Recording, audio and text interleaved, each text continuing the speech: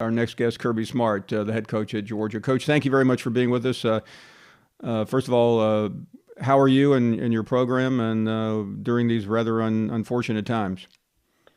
We're doing the best we can, Paul. I think like most of America, we're all batting down, and like we like to say over here, we're hunkering down. So we're hunkered down and been hanging out with the family, getting a lot of quality time that coaches probably aren't used to with their kids. Well, I know your family and you are a close bunch in the best of times. I'm interested just what it's like. I know it's different, but you still have to do your job because there's a lot going on to anticipate. So how are you managing that part of it? Which part's that? The coaching part or the family part? Let's start with the coaching part. We'll work our way Yeah. back to the house. Yeah, well, it's unique. I mean, I think if you're not, ready to embrace a challenge or kind of getting comfortable being uncomfortable, we always use that statement around our place that this is the ultimate get comfortable being uncomfortable. When coaches have to go on to virtual networks like Zoom, it's not always good for guys that aren't as young as some of these players. I found that most of our guys are much more compatible to players and young coaches with dealing with the computers than maybe some of the older guys are. So it's been an experience. We do staff meetings by Zoom. I know NFL teams I've talked to are doing the same thing, and we're able to have Zoom meetings with our players. But what's amazing is how easy it is for them, but how complicated it is for us. I just tried to do something with a video and I was lost. But I'm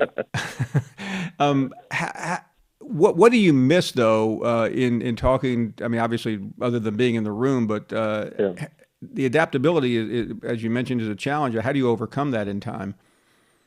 Well, I think it's not overcoming as much as making the best out of it you can. I mean, Okay. we're trying to visit with more staffs. It's been really unique because professional development is a big part of football. So you want to see what other people are doing and visit with other people. Well, I've actually found that we've had it wrong all along. We were flying to go see USC, or we would go visit another program, whether it be Miami, or you go visit somebody to learn football and learn what they're doing. Well, now we're able to visit everybody just by way of Zoom. We've probably averaged 3 to 4 NFL teams, a couple colleges per day, just going in the afternoons after we do the work that we need to do, getting online and talking about, hey, what do you do? What do y'all look for? How do you evaluate a player? Just trying to grow and develop and using everybody in the organization to do that. So that's been unique for me, and I'm able to sit in because I've got a laptop, I've got a phone, so you can be in 2 or 3 different Zooms at once and kind of watching what's going on. In talking to other, whether it's college programs or NFL programs, and I'm not looking for state secrets here, but I'm just trying to Sure. get some understanding of what you're gaining. What type of things are you looking for and trying to adapt to? Yeah, well, how do you get more explosive plays? How do you have more tackles for a loss? Some teams lead the country in turnovers.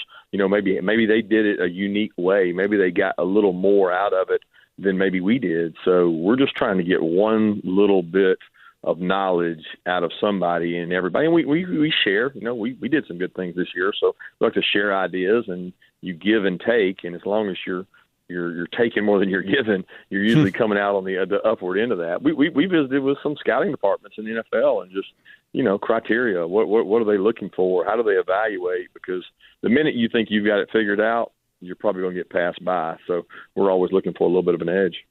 And there's so much conversation about when is what moment in time is necessary to be ready for a season. Do you have a view on how much time you would need? Yeah, it's a big talk. It's a big debate. I've visited with our strength and conditioning coach. We've got in Ron Corson, one of the best in the business as far as athletic trainers goes. He's done it for a long time, but I don't think it's good to speculate. I really look at it this way: if you're looking towards the end of the season, at the beginning of the season, you're probably going to come across some pitfalls. I don't think anybody should be really thinking about that as much right now, as much as if we could put all our energy into washing our hands and social distancing, we would do a lot better for ourselves than speculating on some of those things, because we just don't know the answers to so many things right now. And best thing we can do is batten down the hatches so we can have a season. Do you prepare and plan as if the season starts on the date that it's supposed to start? Yeah, I think you have to go that way. I mean, look, college football's changed so much. 15, 20 years ago, we didn't have meetings leading up to spring practice. The NCAA changed things to where you can walk through and you can do football, actual countable time towards football before it starts. So, we were able to get some walkthroughs and get some things done that you didn't do back in the older times, in the older days. And so, you look at the NFL when they had the lockout and the pro players, they had a lockout, they were able to come back and still have their season after a lockout with very minimal time to train. And I know they're probably higher level athletes. So you look across the board, there's been scenarios not quite like this one, but they've been pretty close where people were able to get it done. And I know that's the hope of all the fans, especially in the Southeast, and certainly all the ADs and presidents want that. But the well-being of the players will be the ultimate decision maker. You mentioned the other aspect of this, and that's your family, and certainly I know that's always everyone's first concern. It is different. You're not somebody that's home very often.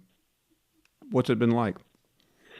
Well, I can tell you this. I figured this out. I'm not getting up at 6:30 again and going down with my wife to the Peloton to ride a bike or a lift. That only happened once, and that won't happen again. I made that mistake thinking that I could go down there and compete. I learned real quick that at 44, I'm not near as competitive as I used to be in the workout room. So I've got to find other ways to get my exercise done. But I've enjoyed the time around the kids. And, so many people have said it happens so fast you blink and they're gone, that we're actually getting to be present in their lives more than we ever have. And I may never get this time again. So just trying to make the most of that. Thank you for watching ESPN on YouTube. For live streaming sports and premium content, subscribe to ESPN+.